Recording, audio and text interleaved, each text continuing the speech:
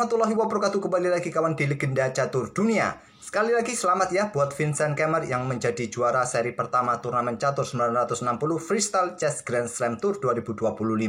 Satu game lagi yang akan kita ulas dari turnamen ini untuk perebutan posisi 5-6 kawan. Sebelum kita melihat turnamen online Champion Chess Tour seri pertamanya Chess Apple Master besok. Besok didahului dengan kualifikasi dan langsung berlanjut nanti mulai tanggal 19 sampai tanggal 21 kawan event utamanya.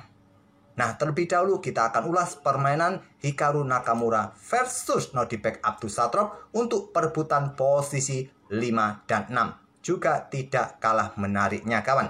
Ini adalah game kedua mereka. Game pertama Hikaru Nakamura menang dan hanya butuh hasil remis saja pada game kedua ini. Langsung kita otak-atik.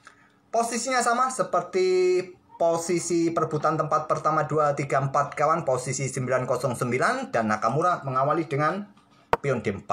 Ada pion F6. Kalau partainya Magnus Javokir Sindarot membalas dengan pion D6 ya. Pion E4, pion E5, pion D5.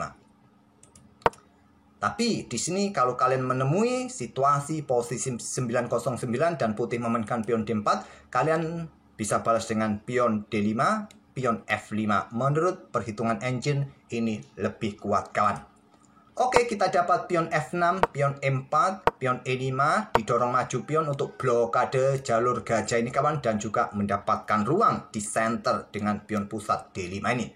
Terlihat cukup bagus kawan, engine menyukainya dan langsung memberikan penilaian 1,03 untuk keuntungan sementara bagi putih.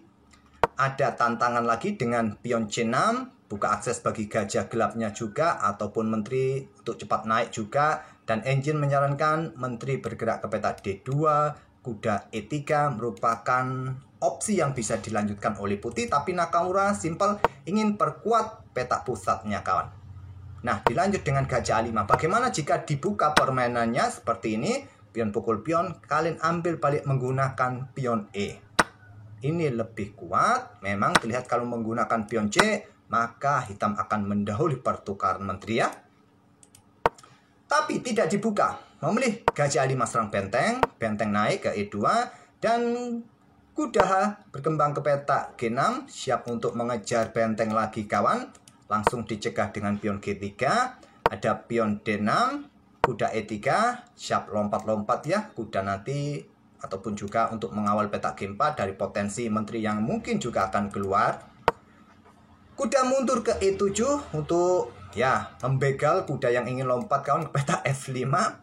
Benteng C2, langkah bagus dari Hikaru Nakamura untuk kembali buka akses bagi gajah terangnya berkembang. Ataupun juga kawan untuk perkuat blokade lajur C jika terjadi jual beli di sini kawan. Ya, untuk menghindari taktik seperti ini tentu tidak akan dimainkan oleh Nordibek Abdussatrob. Dan juga setelah gajah berkembang, menteri berkembang, bisa langsung rokade. Kuda D7, lanjut Nordibek Abdussatrob. Gajah G4, pin kuda. Menteri menghindar ke C7. Dan di sini Nakamura cukup lama mengambil keputusan pion F3 untuk berikan akses bagi gajah kawan. Dan berikan tempat juga bagi kuda kalau ingin berkembang. Gajah F7. Ada menteri F1. Lanjut Nakamura. Persiapan buka jalur rokade. Di langkah berikutnya berkembang juga ada opsi nanti menyerang lewat lajur H. Dan bersama gajah juga menekan kuda, menekan pion kawan. Rokade pendek Nordibek Abdussatrob, keputusan yang bagus. Dan rokade panjang Hikaru Nakamura. Gajah B6 menarget kuda kawan. Tenang, masih ada gajah dari bawah. Di sini kuda ke F5. Hikaru Nakamura mencoba secepat mungkin untuk simplifikasi, buka akses tantangan kawan.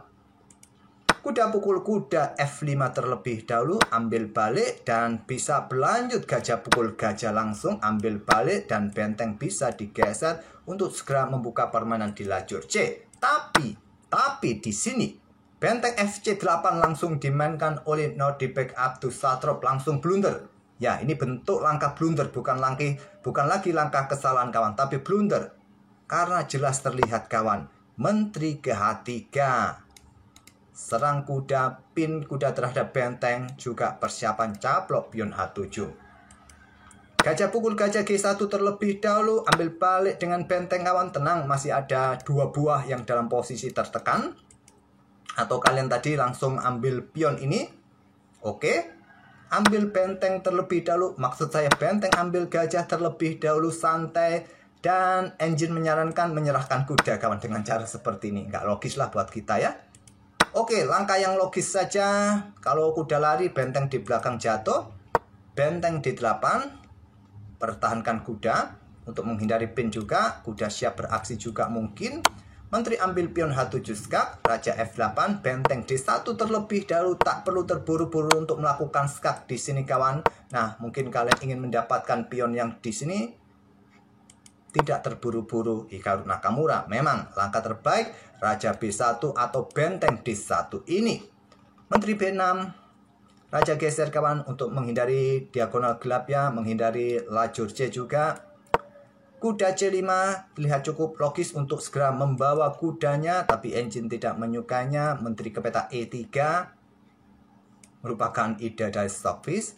Oke, kuda C5 saja, dan di sini kuda F2. Hikaru Nakamura akhirnya mengeluarkan kudanya dan bisa juga membantu nanti serangan di sisi kanan. Raja E7 siap menjebak menteri kawan dengan benteng ini. Nakamura bawa kudanya ke G4. Kalau kalian memilih langkah yang lain ya, ambil contoh di sini. Pion A3 bahaya sekali. Benteng H8, menteri ambil pion, kemudian ada benteng satunya kawan. Nah, jadi di sini kuda G4, seumpama ada serangan langsung di sini kawan, ambil pion, ada benteng, kalian punya dukungan, ambil pion F6 ya.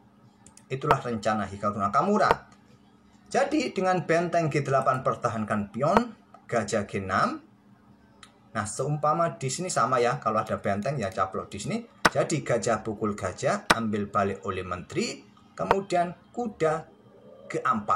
Mencoba menekan pion ini terus, tak ada masalah, masih ada benteng di baris kedua. Nah, Nakamura korbankan pion kawan. Berharap diambil menggunakan pion, pion bisa lolos. Diambil menggunakan kuda, kosongkan ruang. Nah, kuda sekarang ke E3. Siap dibawa ke peta F5, siap dibawa ke peta J4. Ada benteng A D8, kuda F5 skak, mundur ke F8, sekaligus jaga pionnya. Di sini ada pion pukul pion, ambil yang simple saja. Juga bisa dorong pion H4 menurut engine kawan, tapi Nakamura memilih yang simple-simple saja.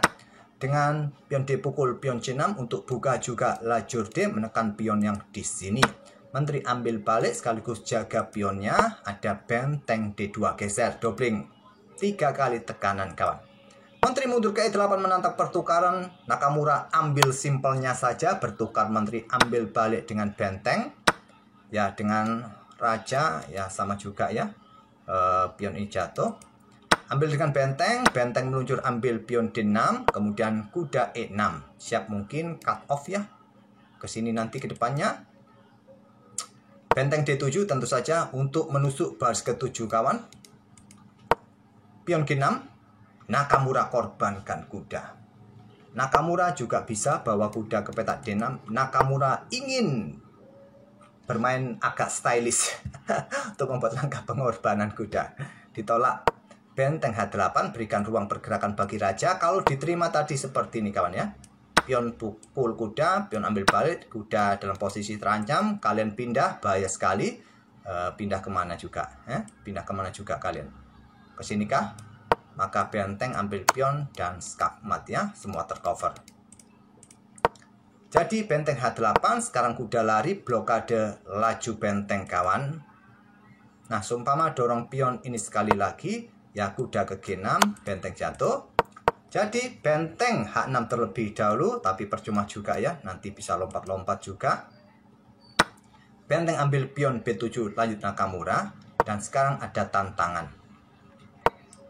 Dorong ganggu kuda, kuda ke F5 lagi, mungkin lebih kalian sukai ya di sini. Lebih kalian sukai.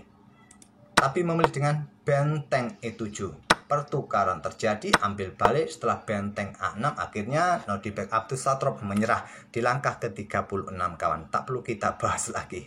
Dalam posisi menang, pion ini jatuh. Kalian tidak bisa sekarang dorong pion karena ada kuda F5, benteng jatuh. Mungkin kalian lanjutkan seperti ini ya, benteng ambil pion yang di sini. Dan Nakamura butuh hasil remis, mungkin ya skak-skak saja, berulang dan bisa remis, cukup untuk mengantarkan finish di posisi kelima. Oke, tak perlu kita lanjutkan lagi ya. Untuk Raja Ngeyel pasti cukup menarik untuk dilanjutkan, tapi sementara ini nggak perlu kita lanjutkan. Oke, itulah kawan game kedua perebutan tempat 5-6 antara Hikaru Nakamura versus Nordicbek Abdussatrob. Kita tunggu saja ya kualifikasi besok untuk Champions Tour hari pertamanya, dimulai untuk para pemain non Grandmaster kawan. Untuk besok hari pertama itu untuk pemain non Grandmaster untuk berlanjut ke play-in stage. Oke, semoga bisa menghibur kalian. Kita akan bertemu di video-video berikutnya. Terima kasih. Wassalamualaikum warahmatullahi wabarakatuh.